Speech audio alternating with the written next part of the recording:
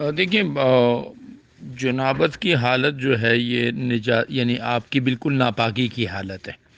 اس حالت میں کچھ وقت تک کے لیے آپ کو گنجائش ہے، جیسے رات کے صبح تک ہے، یا 1 گھنٹہ 1.5 گھنٹے کی سہولت آپ کو شریعت دے دیتی ہے، لیکن 1 2 دن تک اس کی تاخیر کرنا بلا وجہ، یہ تو دیکھیں جب آپ جنوب ہیں تو اس کا مطلب یہ ہے کہ رحمت کے فرشتے آپ کے پاس نہیں ہیں، اللہ کی رحمت کی نگاہ آپ کی طرف نہیں ہے۔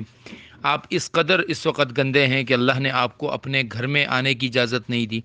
آپ اس قدر گندے ہیں کہ اللہ آپ کو اپنے کلام پڑھنے کی اجازت نہیں دے رہے ہیں۔ آپ اس قدر گندے ہیں کہ اللہ آپ کو اپنے سامنے جھکنے کی اجازت نہیں دے رہے۔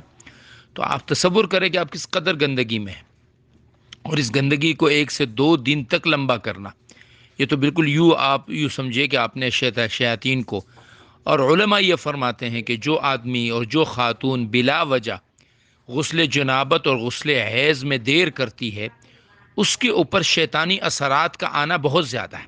اس کی وجہ یہ ہے کہ رحمت کے فرشتے آپ سے کافی دور ہیں، اور آپ اپنے آپ کو شیطانوں کے حوالے کرتے جا رہے ہیں۔ تو 1 2 دن کی تاخیر کرنا، یہ تو اللہ کی ناراضگی کو بلانا ہے۔